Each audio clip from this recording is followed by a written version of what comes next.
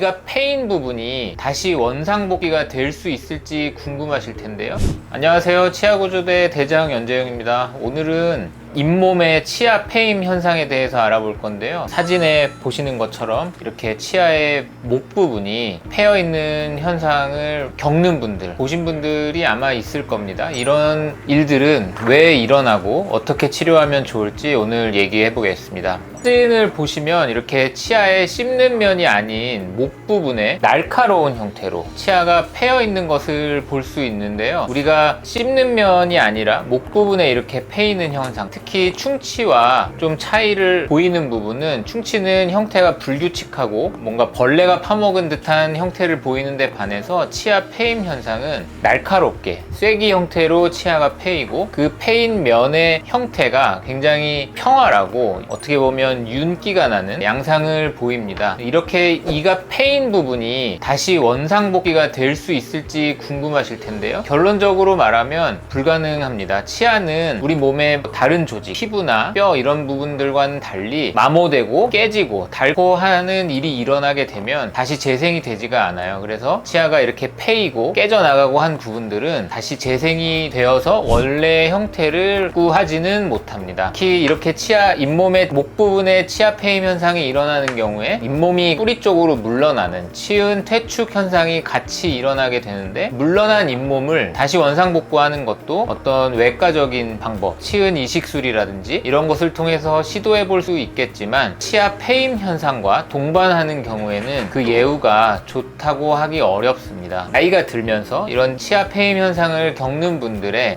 이런 현상의 원인 그리고 치료법에 대해서 한번 알아보겠습니다. 먼저 치아 패임 현상이 왜 일어나는지 얘기를 해볼 건데요. 이유는 여러 가지가 있을 수 있습니다. 첫 번째로 구강위생 관리한, 우리가 매일매일 입안을 깨끗이 하기 위해서 하는 행위들이 원인이 돼서 이런 치아 패임 현상이 일어날 수 있는데요. 우리가 사용하는 치약에 보통 이제 치아 표면을 깨끗하게 하고 또 치아를 좀 하얗게 보이게 하기 위해 화이트닝 효과를 위해서 치약에 마모제 성분이 들어가게 됩니다. 이러한 마모제 성분이 보통 사용하는 치약보다 함량이 높다거나, 이런 치약을 사용하는 경우 또 칫솔모가 뻣뻣한 칫솔을 사용하는 것을 선호하는 분들도 있어요. 그래서 칫솔모가 뻣뻣한 것을 사용하는 분들이 이런 치아 패임 현상이 더 많이 일어날 수 있습니다. 그리고 칫솔을 사용하는 방법이, 우리 치아가 이렇게 있는데 이렇게 가로로 횡마법이라고 하는데, 좌우로 세게 문지르는 경우에 이런 치아 패임 현상이 더 많이 일어날 수 있습니다. 또 두 번째 원인으로 볼 수 있는 것은 교합적인 원인을 생각할 수 있습니다. 우리가 위턱과 아래턱이 완전히 수직으로 물리는 것이 아니라 아래턱이 이렇게 좌우로 전으로 움직이기 때문에 우리 치아들은 수직적인 힘뿐만 아니라 옆으로 밀어내는 힘도 같이 받게 되는데요. 이런 옆으로 밀어내는 힘의 충격에 의해서 치아의 목 부분이 떨어져 나가는 현상에 의해서 치아 패임 현상이 일어날 수 있습니다. 이런 것이 치아의 수직적인 힘이 아니라 옆으로 가해지는 힘이 과한 경우에 대표적인 것이 이갈이를 심하게 하는 분들을 들 수 있는데요. 그래서 이갈이가 심한 분들, 긴장하거나 무언가에 집중할 때 이를 꽉 무는 습관이 있는 분들의 경우에 이런 치아 패임 현상이 더 빈번하게 일어납니다. 그러면 이런 치아 패임 현상의 치료 방법에 대해서 알아보겠는데요. 일단 원인을 파악하는 것이 중요합니다. 아까 말씀드렸던 여러 가지 원인 중에 이 사람의 치아 패임 현상의 원인은 이것이다 라고, 그것에 대한 기여도가 높은 것을 찾아낼 수 있는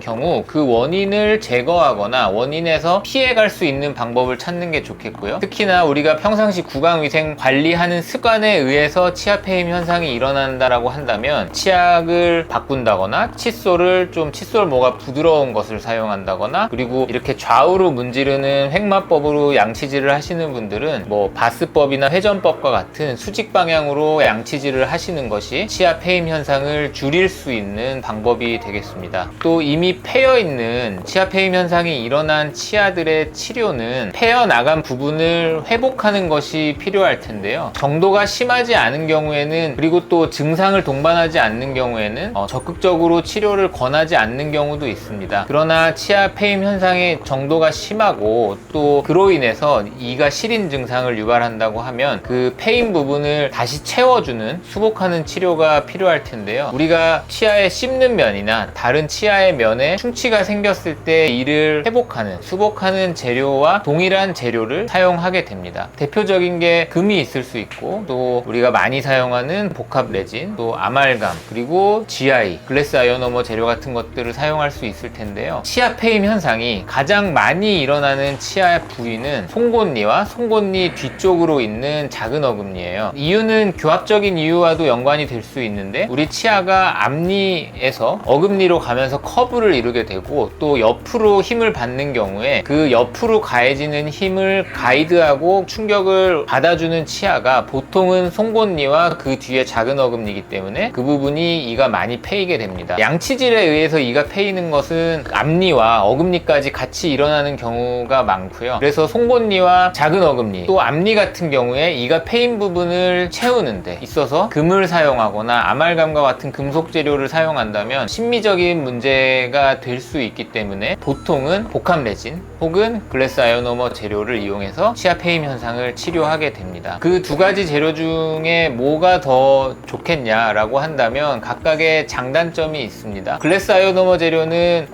국민건강보험에 적용이 되기 때문에 치료 비용이 저렴하다는 장점이 있고요. 복합 레진의 경우에는 글래스 아이오노머에 비해서 치아와 접착하는 힘이 더 강하고 어떤 심미적인 부분에서도 조금 더 유리하기 때문에 저는 복합 레진으로 치료하는 것을 더 선호합니다. 치아 페임 현상이 심한 분들의 경우에 보면 그 정도가 치아의 폭을 절반 이상 파고 들어가고 또 그로 인해서 신경이 이렇게 드러나 보이는 분들도 있는데요. 이런 경우에는 신경치료, 보철치료가 필요할 수 있습니다. 이렇게까지 많이 진행되기 이전에 예방적으로 칫솔질 방법이나 이런 것들을 좀 변화하고 정도가 심해지기 전에 앞서 말씀드린 복합 레진이나 글래스 아이오노머를 이용해서 수복치료를 하는 것이 좋겠습니다. 치아 페임 현상이 일어난 것을 충치가 생겼다고 효과를 내원하시는 분들이 꽤 있어요. 충치와 치아 페임 현상을 차이는 색깔로 구분할 수 있습니다. 충치가 생긴 경우에는 검은색으로 보이고 치아 페임 현상이 일어난 치아를 충치가 생긴 것이 아닌가 걱정이 되어서 치과에 내원하시는 분들이 꽤 많은데요. 치아 페임 현상과 충치의 차이는 몇 가지로 구분할 수 있습니다. 첫 번째는 그 형태인데요. 아까 제가 말씀드린 것처럼 충치는 좀 불규칙한 형태 내지는 벌레가 파먹은 듯한 양상을 보이는 반면에 치아 페임 현상은 굉장히 날카롭고 뾰족한 형태로 평활한 면으로 이가 패이게 됩니다. 그리고 충치가 생긴 경우에는 색깔이 보통 회색빛, 검은색빛을 띠는 데 반해서 치아 페임 현상은 원래의 치아 색깔을 유지하거나 또 그 정도가 심한 경우에는 조금 어려운 용어지만 2차 상아질 같은 것을 형성하면서 갈색빛을 띠는 경우도 있습니다. 치아 페임 현상으로 인해서 생긴 금목하게 패인 공간에 음식물이 끼거나 플락이 생긴 것을 제거하지 않게 되면 치아 페임 현상으로 인해서 충치가 그 부위에서 더 생길 수 있고요.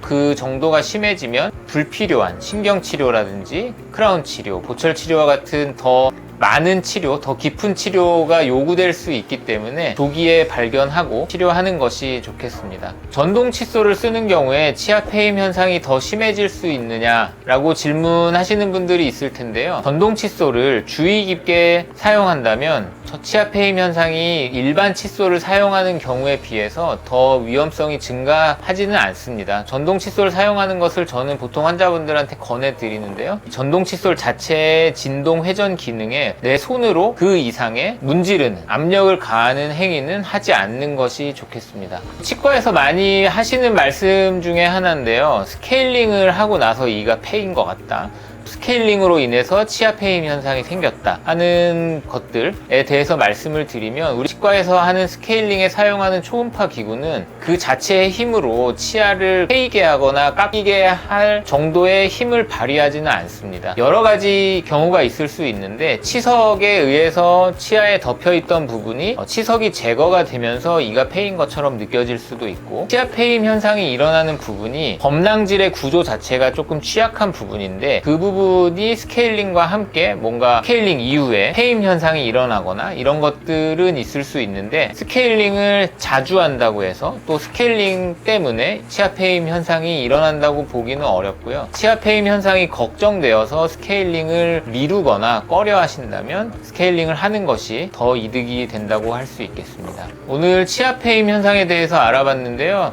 시청하시는 분들 궁금증이 조금 풀리셨길 바라면서 오늘 영상은 여기서 마치겠습니다. 내 치아를 위한 5분 투자, 치아 구조대, 저는 대장 연재용이었습니다. 감사합니다.